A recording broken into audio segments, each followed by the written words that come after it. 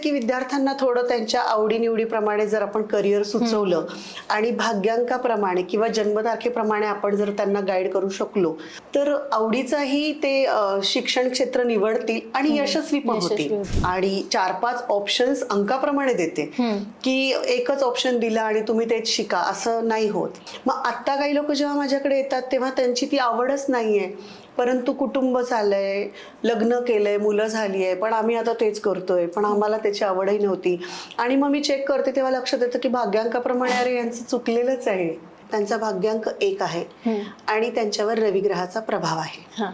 तर रविग्रह कसं आहे आपल्याला माहिती आहे, तो तेजोमय आहे. म्हणजे ह्या मुलांमध्ये खूप प्रचंड ऊर्जा आणि हुशार आहेत ही मुलं खूप हुशार असतात. तर भाग्यांक 2 आहे ना, खूप शिक्षण घेतील असं नाहीये. खूप मी डॉक्टर होईल, इंजिनियर होईल अशा पद्धतीची त्यांचं हे नसते. तर जे विषम अंक आहेत 1, 3, 5, 7, 9 ह्यांचा विचार केला ना तर ह्यांना सायन्स फील्डच योग्य आहे. कारण जेव्हा केस समोर येते तेव्हा गोष्टी जास्त सविस्तरपणे मांडता येतात. हे आता आपण अर्ध्या पाऊण तासामध्ये फक्त हे सांगू शकतो की ह्याला यश मिळू शकतं एवढं असं आहे. आता 5 अंकाची लोक तुम्हाला जास्त सीए दिसतील.